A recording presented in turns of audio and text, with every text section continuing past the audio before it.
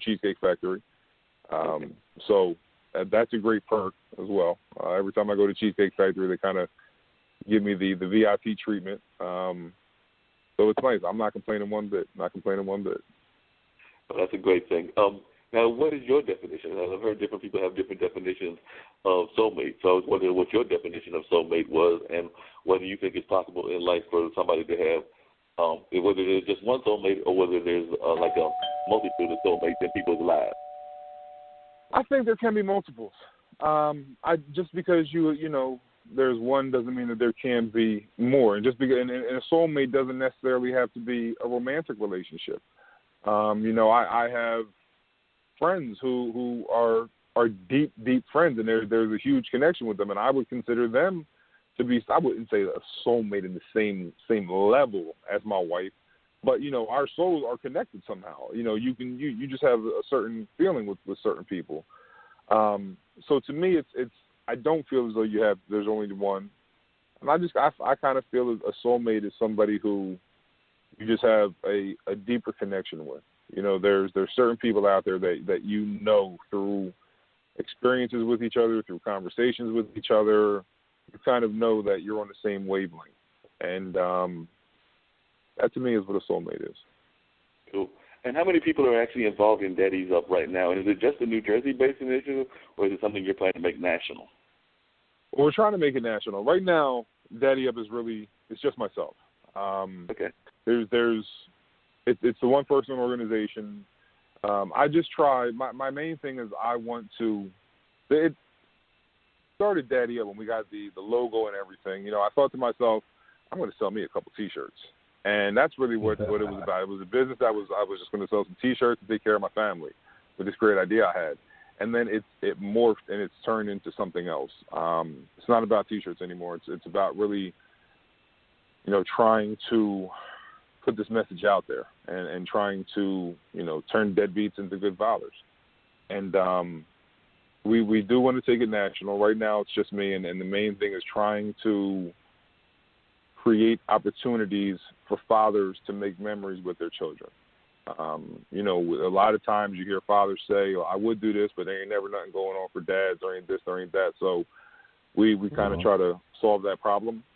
I do still want this to be a brand. It is something where, I feel as though if it's national, the mindset and that, the message that we're really trying to push is something that can help a lot of people. But, I want to be able to kind of be a master of my own territory before anything else. You want to grow in stages and take it step by step.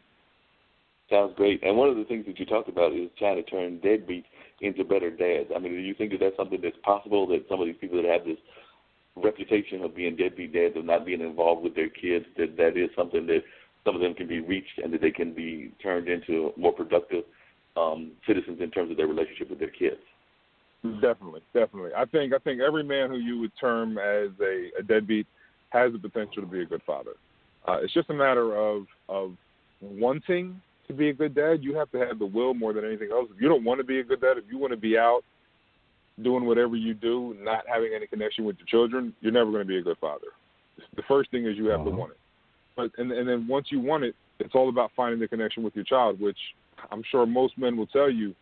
You spend an afternoon with the child, no matter how old the child is, you're going to form a connection. You're going to find something in this being that is part of you that you've created. You're going to find something that you connect to, and then from there, it's just about, again, the desire more than anything else. You really have to want it, and once you want it and you make that connection, you can be a good dad. I term someone as being a good dad as someone who just wants to be there. If you want to be there, you're going to be there. If you're there, then you're active. If you're active, then you're creating memories with your children. If you're creating memories with your children, then you're putting them in a position to be better parents and better humans themselves. And that's really what it does. Now, you've been very fortunate because you actually have a great relationship with your wife and everything. But what do you say to those folks that say, I want a relationship with my child, but I don't necessarily want a relationship with the mother of the child? So what do you say to those folks that want to be involved with their kids, but they don't necessarily want to have a strong relationship or any kind of relationship sometimes with the mother of their child? What do you say to those kids, to those folks?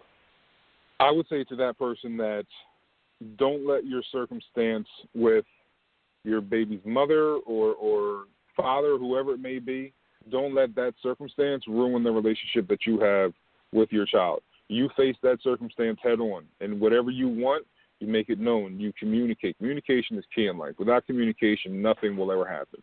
You need to communicate exactly what you want out of a relationship with that other party. And once you do that and you set clear ground rules and say that we're going to be co-parents and this is how we're going to do it, I think anything can be achieved. But if you sit back and you say, well, I want to be in my parents' life, but my baby mom is crazy, I can't deal with her, well, then that's a matter of you having to deal with that. You know, you made a combination of choices that led you to be with that person. Now you have to face up to those choices and fix things. And that's what needs to be done. Cool.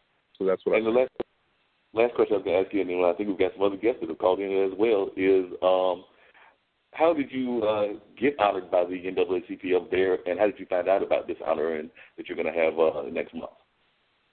Well, first and foremost, I'm so honored to be receiving an award. Everything that I do it's all about inspiration. It's all about trying to motivate a person to the next thing. Once I'm inspired by something, I go with it. And I received a letter one day from the NAACP, and I opened it up. And I got a message from one of the ladies who's involved with the NAACP. Her name is Marcy Righteous Earth. She sent me a message on Facebook and said, "Hey, I need a bio." And as I'm sure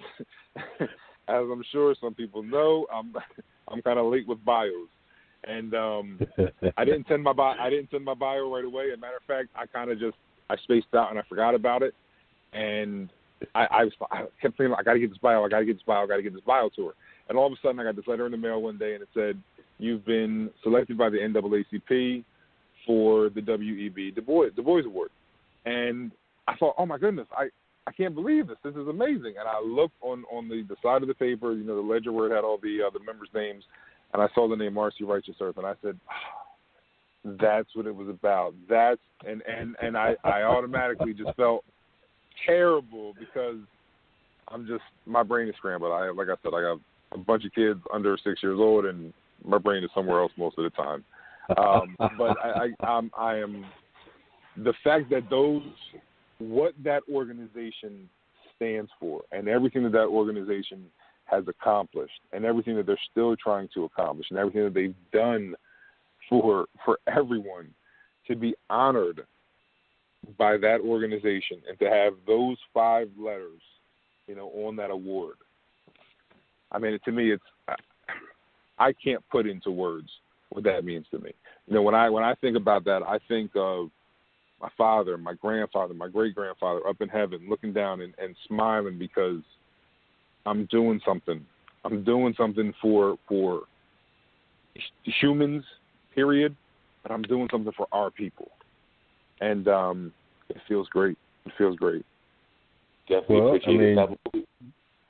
You definitely have to remember that even though sometimes we do things from the heart, and we don't know if anybody is paying attention.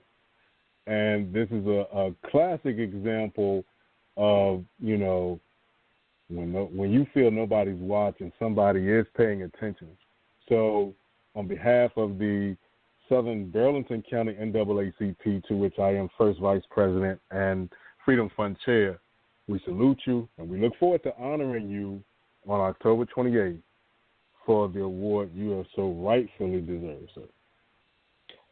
Thank you so much. Again, it means the world to me. It truly does. Definitely appreciate that. And before we get on to our next guest, could you please tell folks how they can get in touch with you, and if you have any sort of web presence that folks might be interested in learning more about what Daddy Up is all about? Well, again, Daddy Up is all about the inspiration. What you're going to find more from me than anything else are, you can find me on Instagram, Facebook, all those things, but you're going to find more just me interacting with my children, trying to show that it's okay to be part of your children. It's okay to be proud. It's okay to show them off. So you can find me. I'm on Instagram. I am at daddy_up. On Facebook, you can find me as Daddy Up or as Jason Jones. I know there's a million Jason Jones on there, but you'll see a black and white Daddy Up logo. That's me. I did have a website, but with so many things that were going on, I wasn't happy with the website the way that it was. We're still on the drawing board with that one. So we're going to be coming with that to get a lot more information out about, what we are and what we do. But right now it's mainly just, it's the Instagram and the Facebook, which has served me well so far. I'm happy that those mediums are out there to be able to kind of, push the agenda. It helps a lot. Mm-hmm. Sounds good. So, Dean, I think I heard the doorbell again. Yeah, you heard the doorbell actually 2 times. The first person we have is Lamont Jack Pearlie. He's coming in. So yeah. Thank you for calling the Voice of the People, and thank you for holding, sir. Who do we have on the line? Thank you for having me. It's Lamont Jack Pearlie. Most people know me as Jack Dapper Blues. For my work I do in African American history and blues music.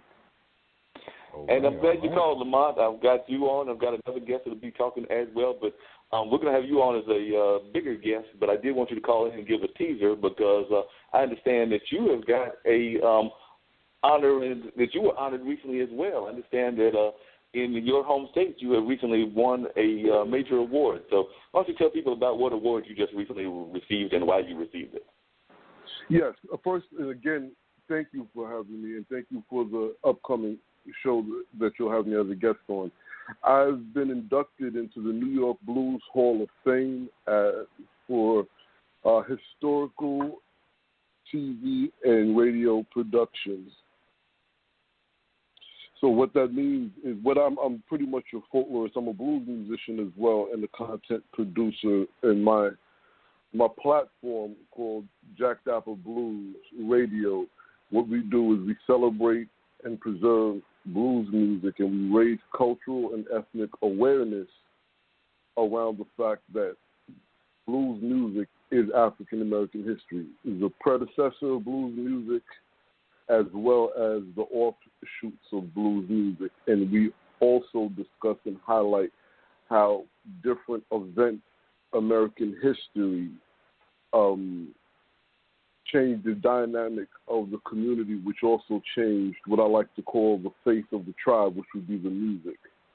And so we have a website with articles, have videos and documentary series, and we give workshops. I host different events, and I have an ongoing serial event which is called Blues Music is Black History, where myself and 3 to 4 other musicians sit around, and it's in front of the audience, of course, and it's more of an organic workshop. So we play traditional music. In my case, I play original contemporary music with the traditional form, and we have folk musicians. We have this one sister who is is a Native American, a black Indian, and she played her traditional music and gave the history of not just the music, but of different monumental locations around New York City that are tribal and burial grounds to her actual tribe. So what we work to do is